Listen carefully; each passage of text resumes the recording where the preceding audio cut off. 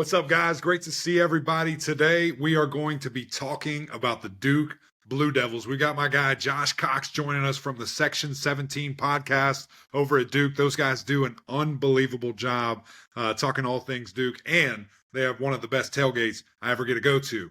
Listen, when we show up, it's night games. Three-course meal every single time. Breakfast, lunch, dinner, and some snacks in between. They always take care of me, hook me up with the swag. It was great to talk with Josh.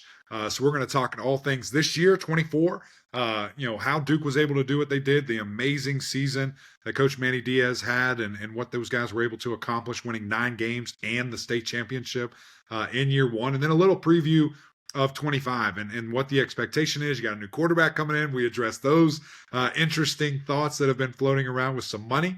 And it was all good. So big shout out to Josh. Appreciate his time.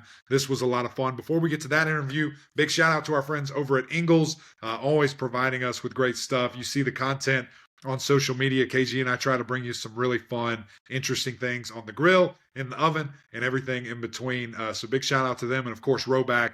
Go over to their website, use our code GMPOD, get up to 20% off on your first time purchase there. They've got some great stuff coming in. I just got an email yesterday. They're in stock with a lot of new stuff and some old goodies that went out of stock over Christmas time. So go check that out. Quick message from Ingles, and then let's jump into it. Did you know that Ingles sells more organics than any other store? Or that they run their own dairy? Or that they only serve USDA choice and prime meat? Did you know that they have more local craft beer than any place else? Or that they have Energy Smart stores? Or that they professionally slice and package imported cheese from Europe? Did you know about their giant international aisle, local farm partnerships, curbside pickup, wine department? Or that they donate 3,956 meals a day to local food banks? Well, now you do. It's all in the bag. Ingles, low prices, love the savings. Josh Cox, brother, great to see you. I'm glad we both got the all black memo. Funny enough, from my guy Pick over at the equipment room there at Duke, I actually have one of the blacked out helmets with the blue D on it, which is sick. I wish I had it. I should have it up right now. But great to see you, man. How you doing?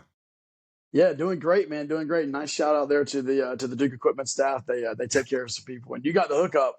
I think you even got some people mad at hating on you for getting the hookup. You know, some guys that wish they got the hookup and you got Listen, it and they didn't. Right? people are jealous. People are jealous that I have it. People are mad I'm wearing it. It's just, it is what it is. And I never leave your tailgate without a new t-shirt either. So I have plenty of Duke swag, and I'm always very grateful for that. And you guys do a great job. It's one of my favorite things. Every time I'm at Duke, I've got to go over, see the tailgate, see what we're cooking up. And it's always a pleasure. Just tell people a little bit about that before we jump in. Tell them a little bit about that tailgate, what you guys always have going on over there. Yeah, for sure. So we started a podcast back in 2020 covering Duke football, and part of that was really to engage the fan base. And it's not lost on anyone that the Duke football fan base had some needs, right? There was some excitement that needed to be generated. And so 3 years ago, we began kind of putting our forces together with some individual tailgates and now at every home game this past season. In fact, I mean, we had it lined up several tents. And if you came to Duke not expecting to see legit tailgating and you walked up on our tailgate, you would be like, oh, okay, like they legitimately are tailgating here now. So that was the goal, and we're accomplishing it. So it's super cool. That's right. And anytime we come, it's a night game. So it's 3 courses of meals. I mean, we've got breakfast, lunch, dinner, and everything in between. I have to say the time that we were there this year, we had scrambled pancakes. And that's the first time I'd ever had that in my life. It was unbelievable. It was really, really cool. So it's fun to see that. And it's fun to see how that thing has grown. It's also been fun to watch Duke football this year, man. I mean, it was an unbelievable year. Manny Diaz comes in and, a lot of people, myself included, just didn't know what to expect this year. With you losing your coach to Texas A&M and Elko did some great things, but man, it's a lot of people left, including, players. And we didn't know, what to really expect. And meanwhile, Duke rattles off 9 wins, wins the state championship, and really looks like a good team, under Manny Diaz. What was just, I guess, your initial, kind of big picture reaction of this season for Duke football? Well, yeah, first of all, my reaction was if you were to rewind to July and ask any logical Duke fan, hey, Duke goes 9-4 this season and goes to the Gator Bowl and plays Ole Miss. Will you take that? I think 100% every single person would. And so a successful season, 100% for sure under Manny Diaz. One of the things that Coach Diaz did not have in his transition that Coach Elko did have in his, Coach Elko almost had 100% returning players. I mean, the guys stuck with it. And in the new landscape of college football, which I know you guys talk about often, Coach Diaz, there was a little bit of an exodus, whether it was transferring out or whether it was just guys that were just had exhausted their eligibility. And so a makeshift offensive line, I say makeshift, they turned out to be a pretty good crew, but didn't even know each other, met each other in mid-July of this past year. And so being able to see all of those things, and then to see transfer portal guys like Alex Howard and Ozzie Nicholas come in from these smaller places, and you never know what you're going to get there, right? Your talent evaluation, everybody is looking for the same thing, and that is high snap guys that maybe could have played at this level, but for whatever reason were playing at a Youngstown State or Princeton. And to see those, I use those two guys, but to see those types of guys come in on the offensive line, I know that's where you like to focus. Caleb Krings comes in from Elon, a very under the radar guy. And then just the success that Coach Diaz was able to see piecing that roster together really in the second portal last year. Yeah. Yeah. And it was, again, I love how you said it, guys coming together, piecing it together, because that's what we had to happen. And I think your assessment of the offensive line, or the way you phrased it, was fair. I mean, I remember spring ball, we're looking and Manny's looking like, are we going to have enough dudes to get through camp? Do we even have enough bodies, not just quality starters, bodies to get through this thing? And they ended up being a really solid unit and really fun to watch.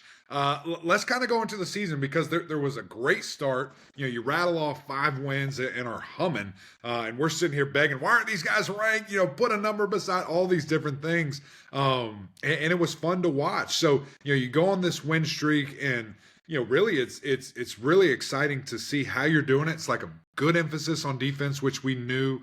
Jordan Moore is exceptional, which that continues throughout the season. I know he dealt with some injuries, but he's such a great player.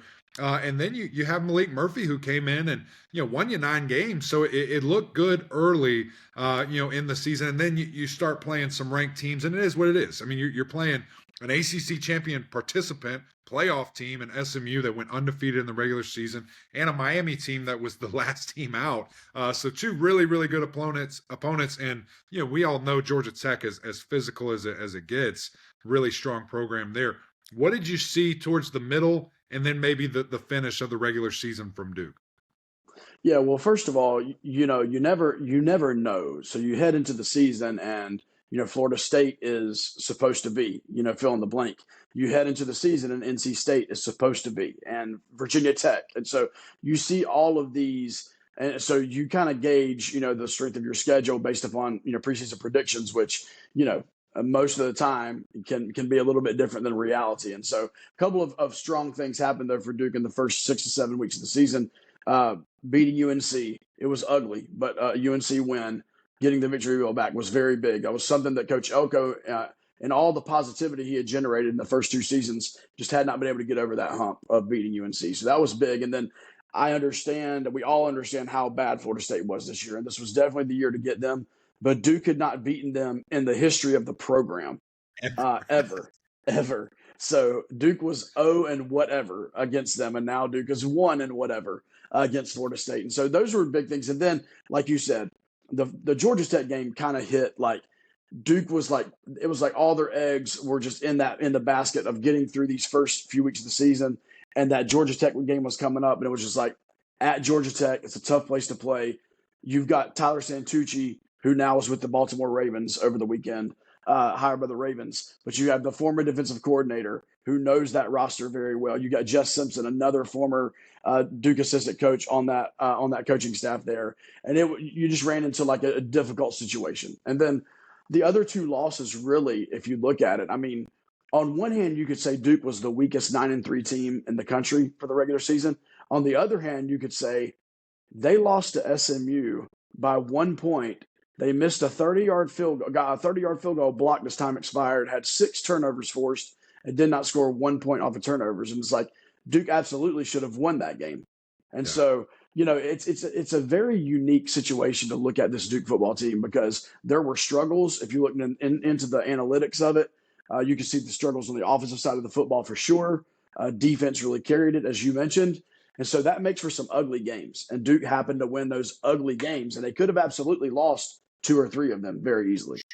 Yeah, and I think that's culture. That's showing really early your team's fight and the grittiness of David Feely and his staff to create that, because when it does get tough, you're right. I mean, what do you have to lean back on? What do you have to Right. pull from? All the hours and sweat and pain of working out and conditioning and practicing. And I know they do that at one of the highest levels, which is really just fun to look at. And I didn't think we'd get to him this early, but I do want to bring up David Feely because he's just one of the best in the entire country. And obviously, he and I have developed a really good relationship. But what did that say to you? How cool was that to you that he could have left and probably made way more money going to Texas A&M and all these different things, but he wanted to stay. He felt something that he wanted to be here. Oh, by the way, here comes Manny Diaz, a guy he's worked with and has a great relationship with.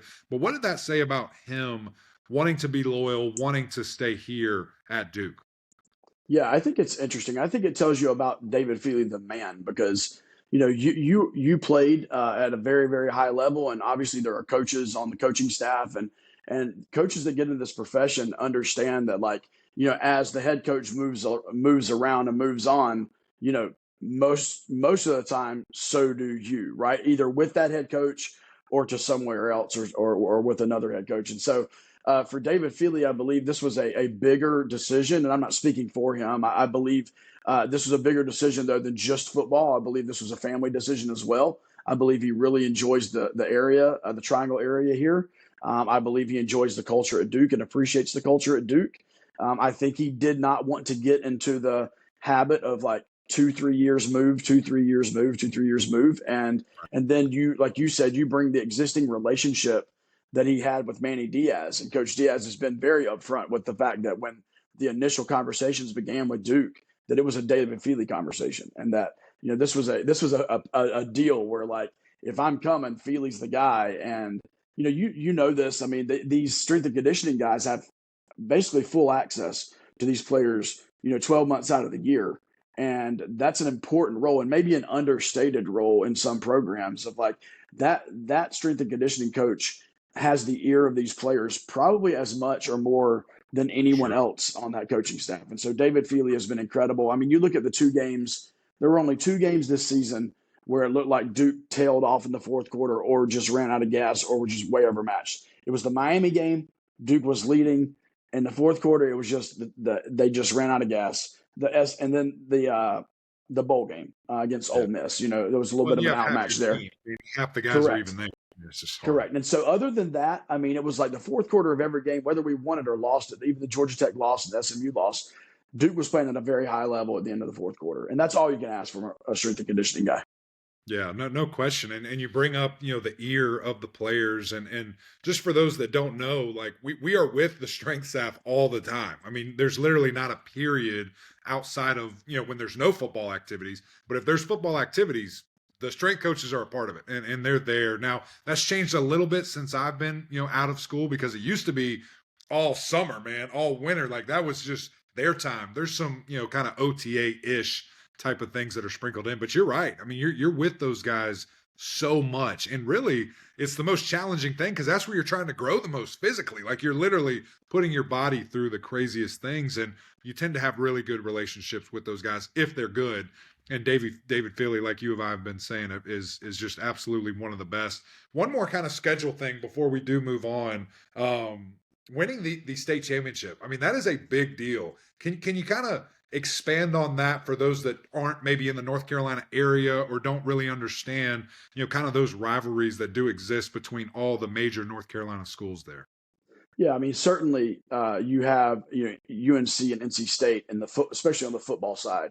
There's like a different vibe to that rivalry, right? There's a hatred to that rivalry where the Duke UNC football rivalry is a little bit more built on respect. And there's definitely little brother, big brother feel there over the last 30 years or whatever it's been, maybe even more than 30 years, to that rivalry. And then Wake Forest is kind of like that, that extended family member that, like, they just mess things up, right? They come in and but Duke was able this year, and honestly, UNC and NC State really do try to put a lock on recruiting, in-state recruiting, and they do a pretty decent job of that. And so there's a lot of that. But Duke is, since the Cutcliffe era, has really tried to be more focused on North Carolina and getting some in-state guys. And there are several in-state guys, on this Duke roster. And so it means a lot personally to those guys. And then it means a lot in the state of North Carolina for future recruiting, guys that they're looking for over the next couple of seasons. And so, to be able to sweep, NC State, UNC, and Wake Forest is a major, major thing. And by the way, in the scheduling, as long as there's not anything realignment coming over the next few months, Duke does. That is their every year, right? Wake, NC State, and UNC. Duke gets those three every season. And so, it's a really big deal. And then for Coach Diaz to accomplish this in his first season, right? It hadn't been done in I don't know how long by any team that I know of, but it hadn't been done in many years by Duke for sure. Yeah, it's a big deal, and like you just said, with recruiting, bragging rights, it's something you want to be able to have. And I love that every school's playing each other. I love that it's a big deal, that it is a real thing. Having played high school in the North Carolina area, let's jump into some of these players, man. And I think it's hard not to start with Jomo, with Jordan Moore, just what he's meant to Duke, who he has been on the field, off the field.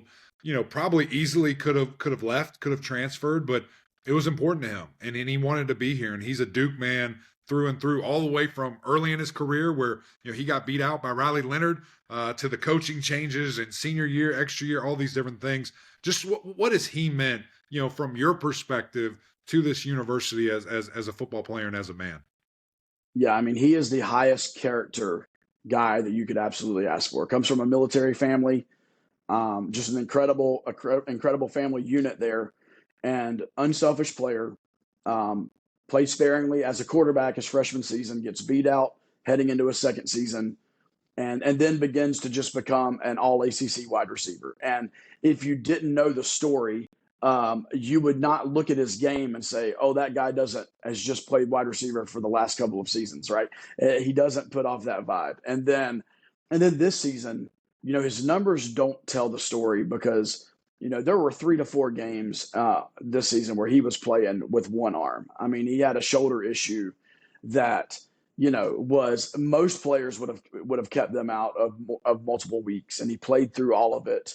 Honestly, a couple of games, he was really just a decoy and trying to just, get some attention away from the other guys so that they could get open. And so he's that kind of player. Obviously, his family's fully bought in. His younger brother, Jaden, tore his ACL as a freshman this past season, but he's got 4 more years of eligibility left at Duke. His sister goes to Duke and is on the football equipment staff and all those things. And, just an incredible guy, unselfish player, and a great teammate. Yeah, it is a family affair for sure. And, I think it's nice to see, people and families in this climate of me, and how can I get this now, to really lock in, and loyalty matters. And a Duke degree, a Duke relationship, a Duke whatever is 10 years from now, 30 years from now, 50, that's going to serve him so well. And I love to see the point of emphasis from his family, and I can attest to everything you just said, that they are tremendous, and you fully understand why he is the way he is. How about his running mate, Eli Pancol, a guy that I've got to tell on myself a little bit right here. I thought Eli had been out of years. I thought this guy was gone, and I'm looking at the training camp stuff, and I see him. I'm like, what? How is he still there? He had a couple of massive games. We were there for the game. He just exploded, and is running for 90-yard touchdowns. It seems like every time he touched the ball. He's been a guy that has been here through a lot and seen 3 different coaching staffs, and I think leaves Duke in a really good place. Well, he was a guy that had the potential, right? And you see so many of those guys. They're built right. They've got the speed, and whether it was just not getting the number of looks or injuries all throughout his career. It was like, what could have been, what could have been, what could have been. And honestly, I was similar to you, and I'm pretty well connected to the program. I didn't realize he was going to utilize that last season of Okay, eligibility. So I good. I'm believe glad it. we're on the same page. Yeah. So I believe, if I'm not mistaken, and I don't think he was a seventh year, but I think there was there was a COVID year and then at Yeah. least 1 year of medical I mean, redshirting that Josh, I happened. think he was on the 13 championship team. I mean, I think he goes back a little while. Yeah, he was like, man, the best game of my Duke career was that Chick-fil-A bowl against Johnny Manziel, you know. Yeah, But no, exactly. him and Dave Harding were teammates. It was crazy. But Right. no, but you could not script and write a better final season and Yeah. story for Eli Pankow.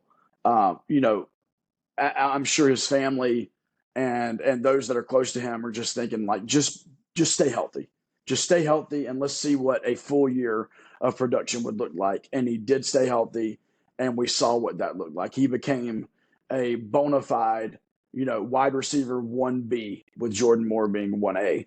And, you know, by the end of the season, especially with Jordan going through the injuries that we mentioned earlier, you know, Eli really became a focal point for defenses of taking away Eli Pankow. And, Right. and here's the thing, his personality, different than Jordan Moore. I mean, they're oil and water in that sense. I mean, Eli's the TikTok guy. Eli's out there. He's the dancer. He's kind of the showman. And Jordan's like, you know, he scores and like does the folds his arms and is super quiet guy. But Eli was just able to flourish this season. That's all you can say. And it was just awesome to see him and games just explode. Some of the stat lines in some of those games were just ridiculous. And so I think Eli Pankow will get a shot depending on, you know, the fit and depending on what teams are looking for. I think you'll get a shot because I think you're seeing, I know at the quarterback position in the NFL, but you are seeing some of these teams value these guys that have been in college a few years because they realize these guys are less of a project than maybe some of these guys coming out after 3 years. So we can plug this guy in and he might be able to contribute in certain areas and not have to go through a 2 to 3 year learning curve.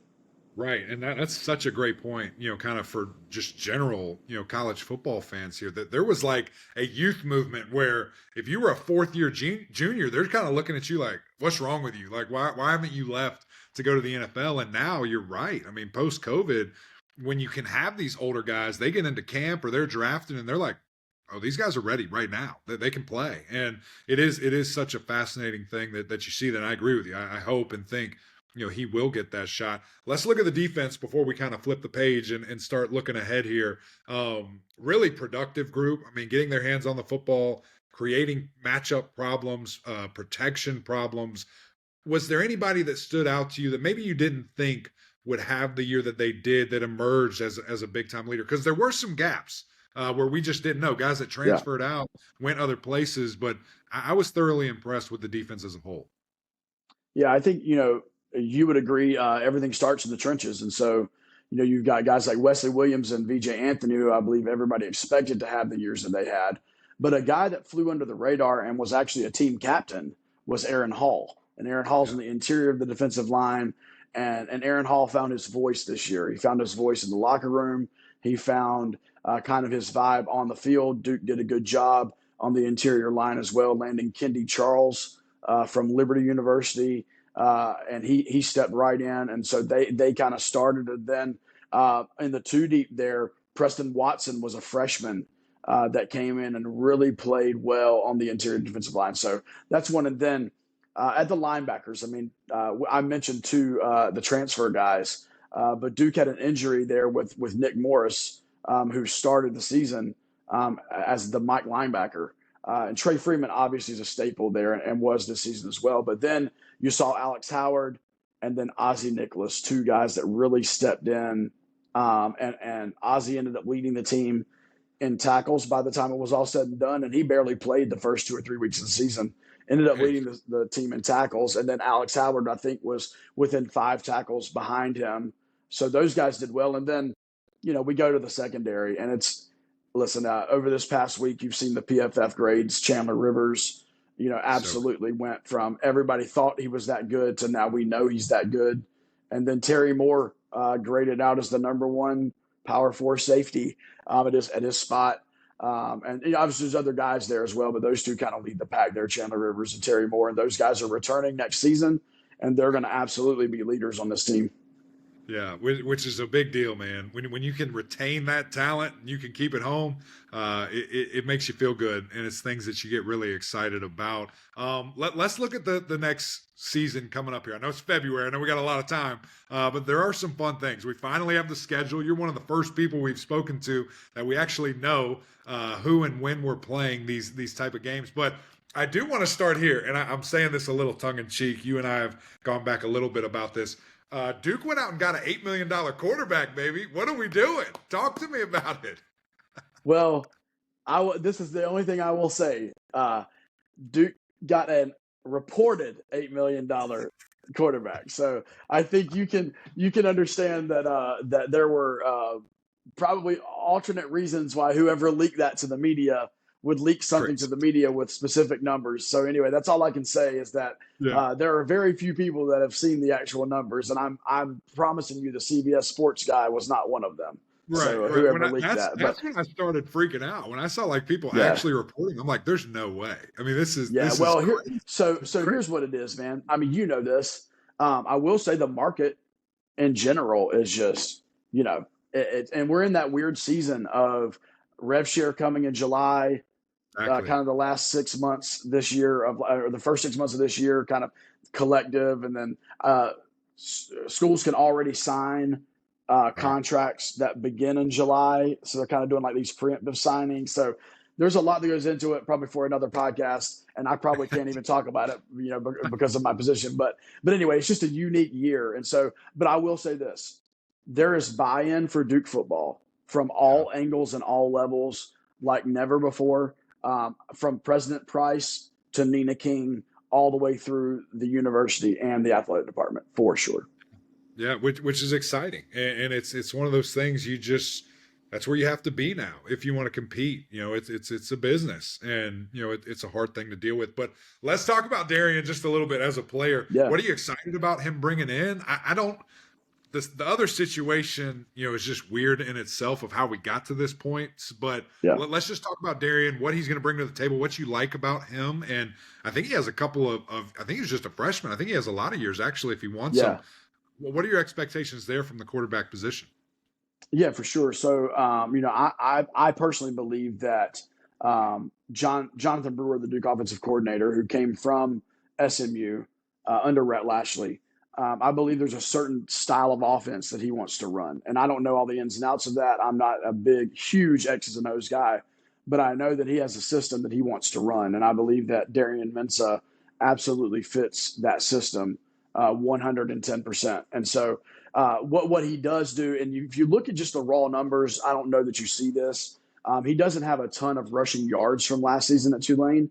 But what you do see when you watch him play and see film on him, he's able to extend plays, plays where you're going to, need to be in the pocket, for more than 3 to 5 seconds, and he does that. And I'm not in any way trying to say he's on this guy's level, but what I'm saying in this sense, it's the Patrick Mahomes way of extending. And oh, by the way, the third string tight end found a seam in the zone, and I completed an 8-yard pass for a first down.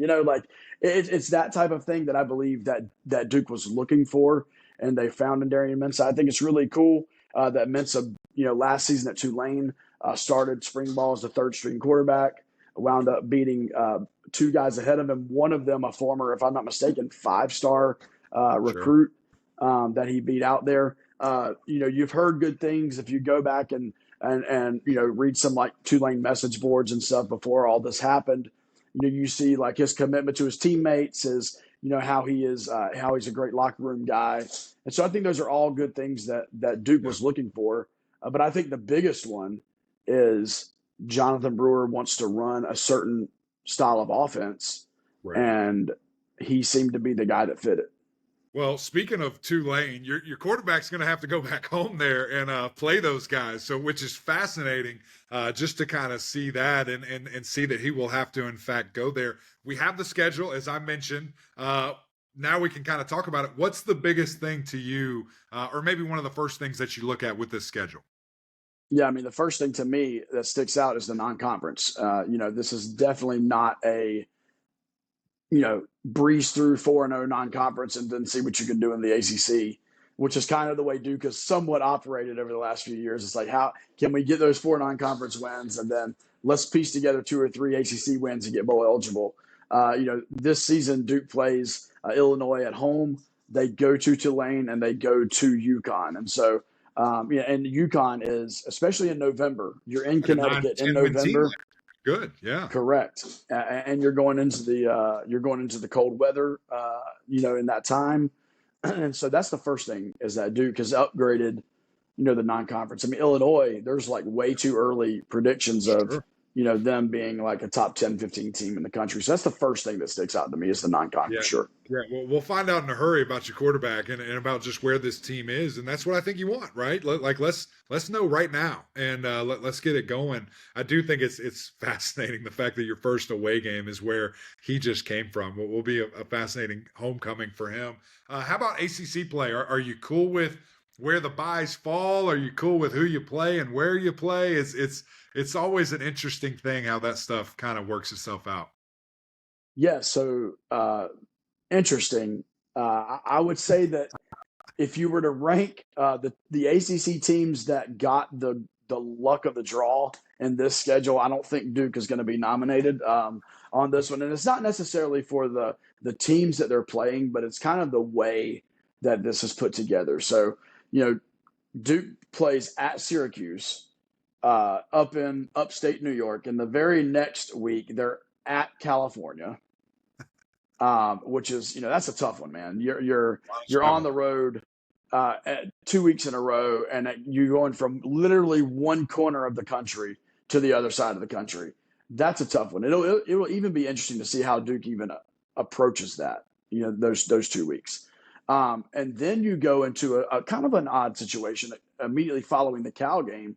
You get a bye week, you get a home game to Georgia Tech, and then you get another bye week.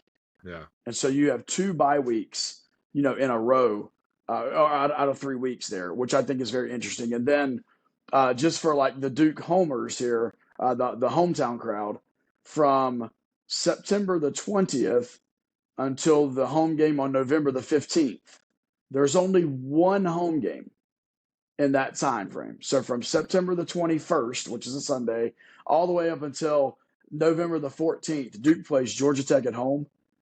And that's it.